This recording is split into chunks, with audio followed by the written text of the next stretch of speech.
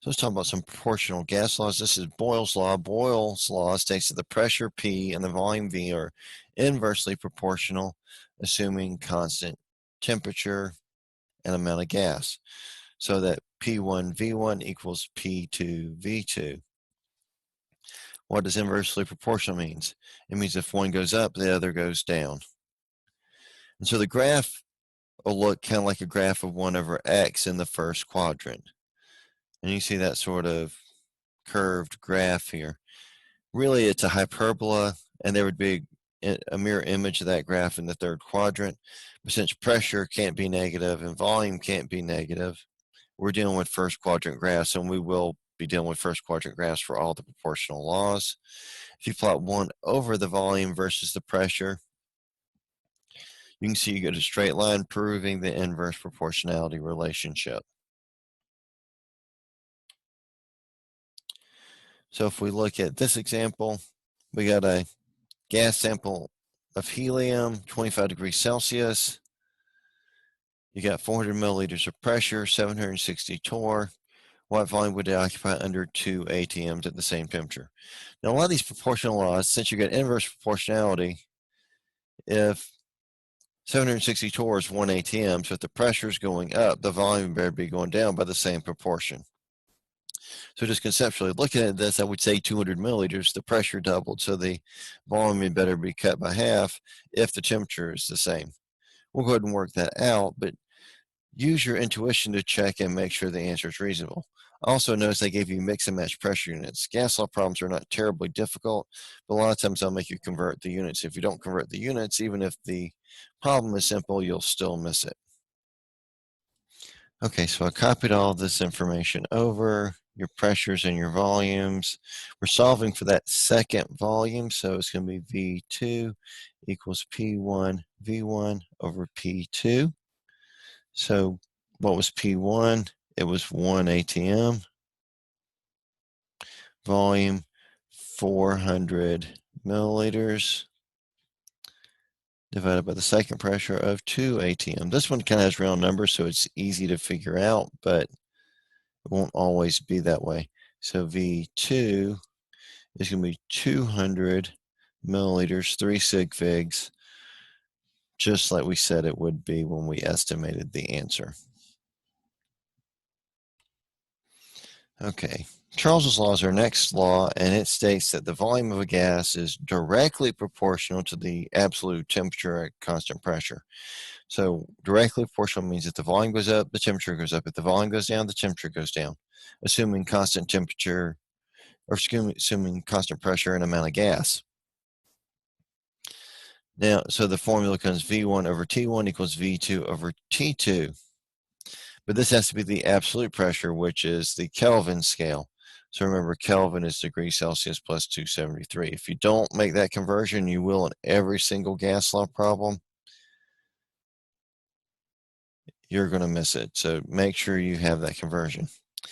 Since it's directly proportional, you get a nice linear graph when you plot volume versus temperature. So let's work this problem. You got a sample hydrogen gas, occupied 100 milliliters at 25 degrees Celsius, 1 ATM. What volume would it occupy at 50 degrees Celsius under the same pressure? So the pressure, we ignore, it stays the same.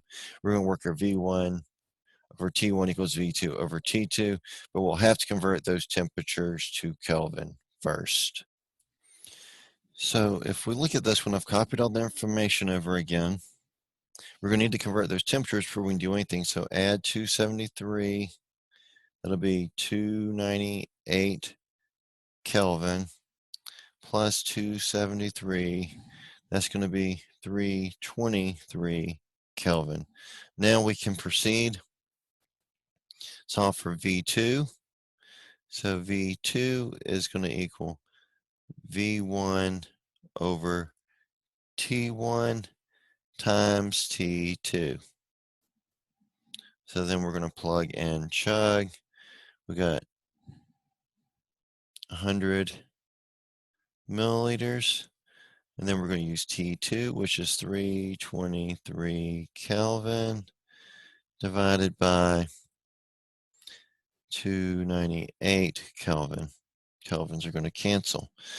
Now, just because the Celsius temperature doubles, that doesn't mean the volume is going to double. Not like the last problem where the factor is a little bit more straightforward. The Kelvin temperature doesn't fluctuate by as much percentage-wise, and so you'll get a slight change in the volume.